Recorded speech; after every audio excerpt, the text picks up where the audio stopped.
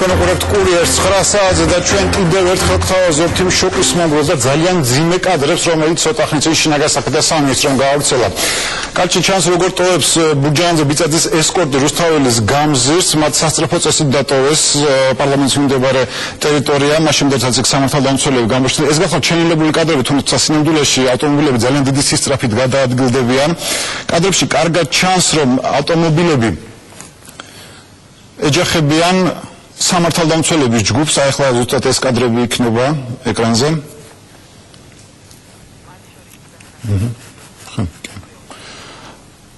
აი ავტომობილების ესკორტი შედის სამართალდამცველების ჯგუფში, მათ შორის იმყოფებიან აქციის მონაწილეებიც.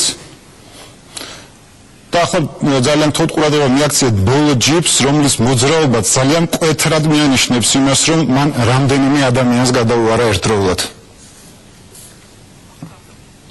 აი სწორედ ეს კადრებია, როდესაც გადადის ავტომობილი ადამიანებს. Დღეს სხვა მთავარი თემები საქართველოში სატელეფონო ნუმერაცია იცვლება, განსხვავებული იქნება სატელეფონო ნომრების ფორმატი და რაოდენობა. ცვლილება გავრცელდება როგორც ქალაქის ტელეფონებზე, ასევე ფიჭური კავშირგაბმულობის კომპანიებზე. ახალი სისტემა უკვე მომავალი კვირიდან შევა ძალაში და ეტაპობრივად ამოქმედდება.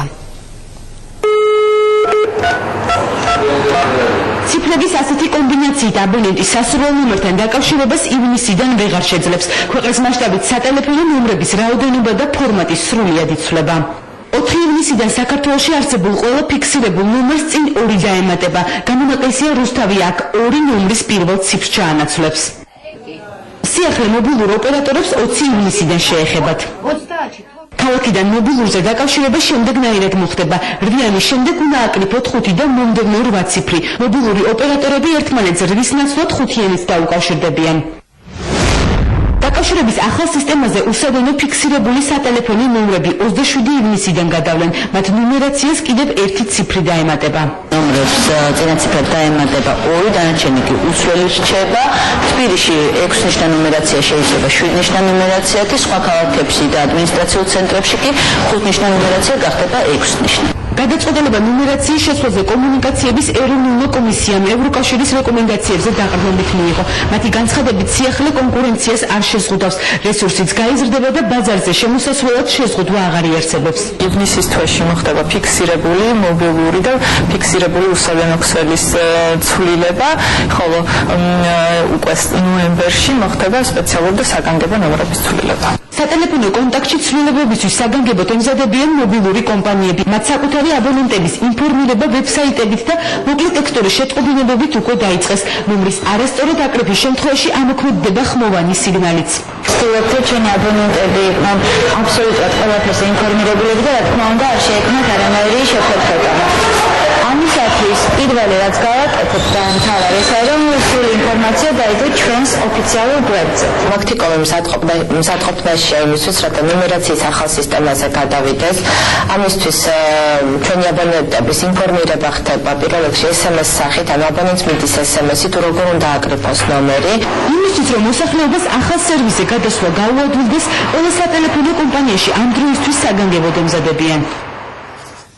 ეკვადორის დღეები საქართველოში ეროვნული ფოლკლორი და ნაციონალური ცეკვები 1 საათის წინ მარჯანიშვილის თეატრში ხალხური ანსამბლების კონცერტი დაიწყო. ეს არის პირველი შემთხვევა, როდესაც საქართველოში ეკვადორის კულტურის დღეები იმართება.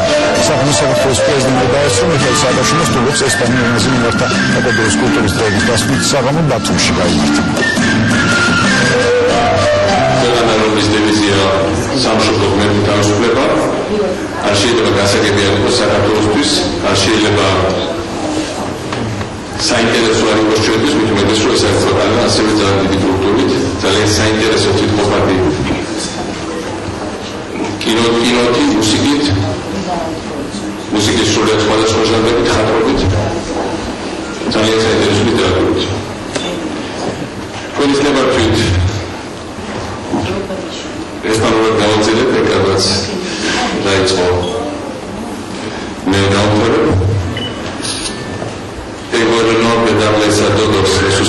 ვინც მოყარეს არეძებს, იგი თავისად მტერი. ამიტომ ჩვენ გვჭირდება ჩვენს გზას, ჭირდება რაც შეიძლება მეტი მოკავშირე, მეტი საიმედო მეგობარი და გამეგობრება, გაცნობა, დაახლოება ხალხებს შორის, რა თქმა უნდა, უმოკლესი დროის განმავლობაში შესაძლებელია მხოლოდ კულტურით.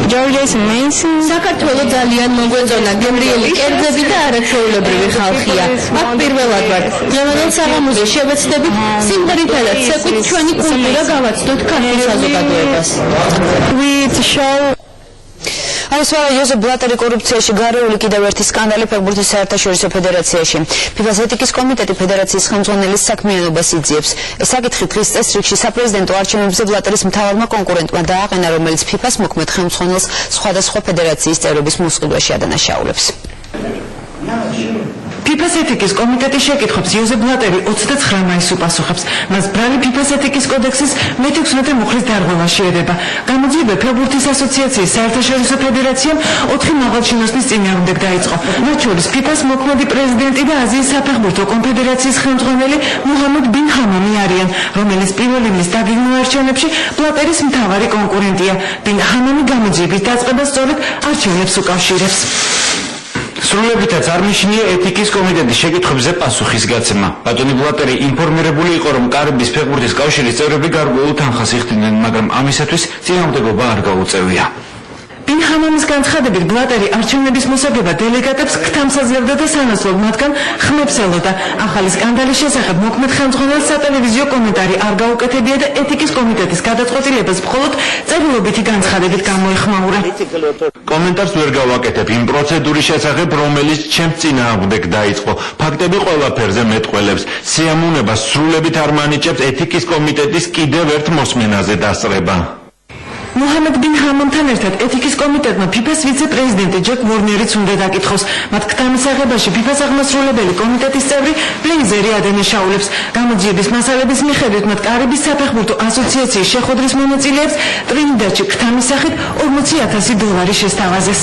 საქმე გვაქვს საარჩევნო კონკურენციასთან იოზეფ ბლატერსა და ბინ ჰამამს შორის. ორივე მხრიდან ისმის ბრალდებები, რაც ძალიან დიდ ზიანს აყენებს ფიფას. ამიტომ უნდა ჩატარდეს დამოუკიდებელი გამოძიება.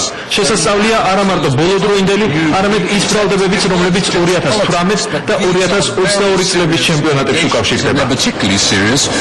ფიფას პრეზიდენტი პირველ ივნისს უნდა აირჩიონ. გამარჯვებას ისევ იოზეფ ბლატერს უწინასწარმეტყველებენ, რომელიც ამ ორგანიზაციას უკვე 1998 წლიდან ხელმძღვანელობს. ფეხბურთის ასოციაციების უმრავლესობა სწორედ მის კანდიდატურას უჭერს მხარს. მათ შორისაა რუსეთის, რომელმაც 2018 წლის ჩემპიონატის მასპინძელი ქვეყნის სტატუსის მოპოვებაში ინგლისელები დაამარცხა. ინგლისის ასოციაციამ კი ბლატერი მაშინ რუსეთის სასარგებლოდ ქთამის აღებაში დაადანაშაულა და ფიფადან გასვლითაც დაიმუქრა. სკანდალის გამო არ არის გამორიცხული ფიფას საპრეზიდენტო არჩევნები გადაიდოს. ეს იმ შემთხვევაში მოხდება, თუ გენერალური ასამბლეის 3/4 თანხმობას განაცხადებს. ბელგრადის სამხედრო სასამართლომ რატკო მლადიჩის ჰააგაში ექსტრადიციის გადაწყვეტილება მიიღო ბოსნიელი სერბების ყოფილ გენერალს, რომელსაც სამხედრო დანაშაულებსა და მუსლიმანთა გენოციდს შეედება ბრალი 16 წელიწადი ეძებდნენ. ბელგრადის სამხედრო სასამართლოს გადაწყვეტილებას ასობით ჟურნალისტი მთელი დღის განმავლობაში შენობის გარეთ ელოდა. ხანგრძლივი სამედიცინო შემოწმების შემდეგ სასამართლომ სამხედრო დანაშაულებში ბრალდებული რატკო მლადიჩის ჰააგაში ექსტრადიციის საკითხი დახურულ სხდომაზე გადაწყვიტა.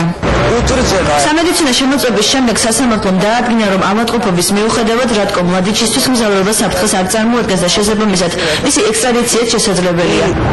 სამედიცინო ექსპერტების დასკვნის არ ეთანხმებიან ბოსნიელი სერბების ყოფილი გენერლის ოჯახის წევრები და დამოუკიდებელი ექსპერტიზის ჩატარებას მოითხოვენ. ჩვენ სამი დღე გვაქვს სასამართლოს გადაწყვეტილების გასაჩივრებლად. აუცილებლად მოვითხოვ დამოუკიდებელი სამედიცინო ექსპერტიზის ჩატარებას. მოვითხოვ, რომ მამაჩემი საავადმყოფოში გადაიყვანონ. ის მართლაც ძალიან მძიმედ არის. რამდენიმე ინსულტი აქვს გადატანილი. პარალიზებული აქვს ხელი და ლაპარაკიც არ შეუძლია. ის დამნაშავე არ არის. 69 წლის რატკო მლადიჩს, რომელიც 16 წლიანი ძებნის შემდეგ დააკავეს ჰააგის ტრიბუნალი გენოციდში სდებს ბრალს. გამოძიების თანახმად მან კაცობრიობის წინაშე სამხედრო დანაშაული იუგოსლავიის კონფლიქტის დროს ჩაიდინა და 1995 წელს პირადად მონაწილეობდა სრებრენიცაში 7500 ბოსნიელი მუსლიმანის მკვლელობაში. ეს ტრაგედია მეორე მსოფლიო ომის შემდეგ ევროპაში ყველაზე სისხლიან დანაშაულადაა აღიარებული. რატკო მლადიჩის დაპატიმრება დაუსჯელობის წინააღმდეგ ჩვენი ერთობლივი ბრძოლის მნიშვნელოვანი წინგადადგმული ნაბიჯია. მადლობას ვუხდი სერბეთის პრეზიდენტს და მთავრობას. ამერიკის შეერთებული შტატები მიესალმება რატკო მლადიჩის დაპატიმრებას. მოუთმობთ ველი დროდის გადაცემენ მას ჰააგის ტრიბუნალს.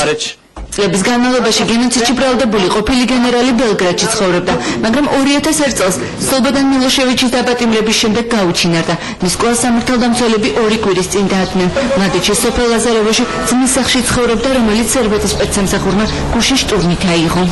ხმაური გავიგონე და გარეთ გამოვედი. მითხრეს რომ რატკო მლადიჩი დააპატიმრესო. დაკავების ოპერაციის შემდეგ სოფელ ლაზარევოში გაჩნდა წარწერების შინაარსით. მლადიჩი ჩვენი გმირია.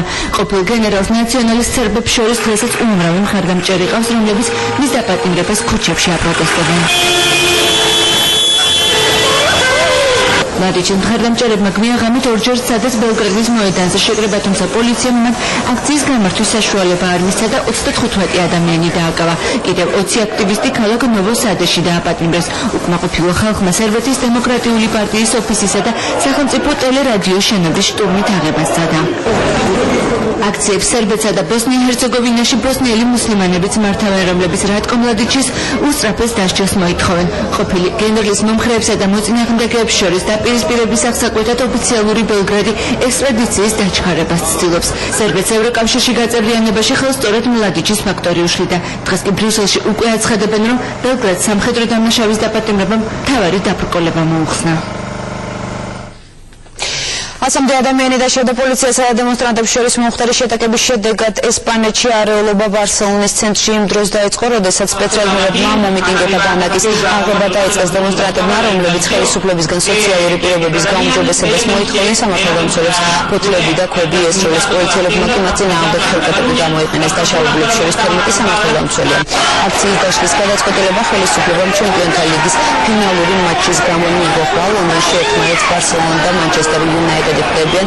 კატალონიის მოედანზე კი ეს მატჩი გულშემატკივრებისთვის დიდ ეკრანზე უნდა უჩვენონ.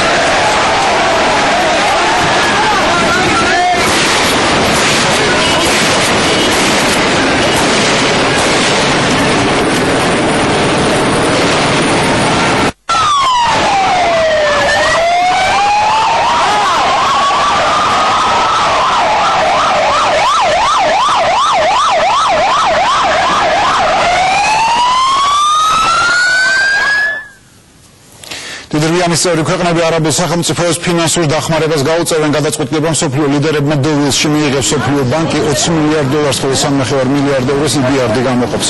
ახლა დიდი ნაწილი ეგვიპტესა და ტუნისში დემოკრატიული რეფორმების გატარებას უნდა მოხმარდეს. ლიბიის ლიდერთან მოლაპარაკებების საწარმოებლად სამიტის მონაწილეობდა მედიატორის როლის შესრულება რუსეთს შესთავაზდა, სადაც მის ჰქონდა თანხმობა განაცხადა. ირანის სამიტის მონაწილეები დევილსში 2 დღის განმავლობაში განიხილავდნენ არაბულ სამყაროში მიმდინარე მოვლენებს, ლიბიაში ნატოს საერთაშორისო ოპერაციასა და ახლო აღმოსავლეთში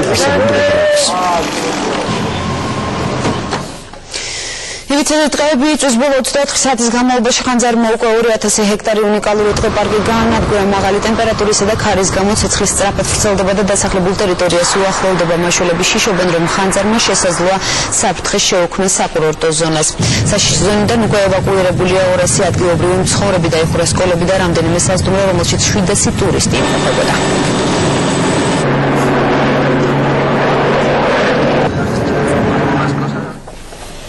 კურიერში ამინდის დრო პროგნოზ დღეს დიანა გაგვაცნობს. ხოლმე განაპირობებს ამიერკავკასიის ჩრდილო-აღმოსავლეთიდან მოქმედი ცივი და შავი ზღვის სამხრეთ დასავლეთიდან გავრცელებული თბილი ჰაერის მასების ურთიერთქმედება, ამიტომ დრო გამოშვებით მოიღრუბლება აღმოსავლეთ საქართველოში ზოგან იცუმებს ზოგჯერთ შესაძლებელია სიტყვაც. დასავლეთში კი უმეტესად ხმალექო ამინდი შენარჩუნდება, დღისით ზოგან შესაძლებელია აღმოსავლეთის ქარი. ჰაერის ტემპერატურა იქნება ათმში 25 გრადუსი სიცხე პლუს 27 გრადუსია ნავარაუდევი ფოთში.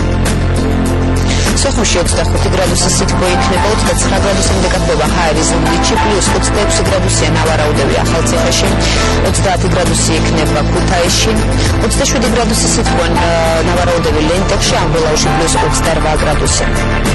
ცხინვალი 24 გრადუსი სითბო, 23 გრადუსამდე გახდება ჰაერი თბილისში, ასევე 23 გრადუსია მოსაუბრელი რუსთავში, თელავში 23 გრადუსი სითბო, სიღნაღში პლუს 22 და ყვარელში 23 გრადუსი. მის დრო გამოშვებით ღრუბლიანობა მოიმატებს, შესაძლებელია ხანმოკლე წვიმაელ ჭექთარი, სავარაუდო ტემპერატურა ადილის 9 საათზე 14 გრადუსი, 12 საათზე +20, 15 საათზე 23 გრადუსი, 18 საათზე 22 გრადუსი სითბო და 21 საათზე +19 გრადუსი. უახლოესი დღეების პროგნოზი კი ასეთია.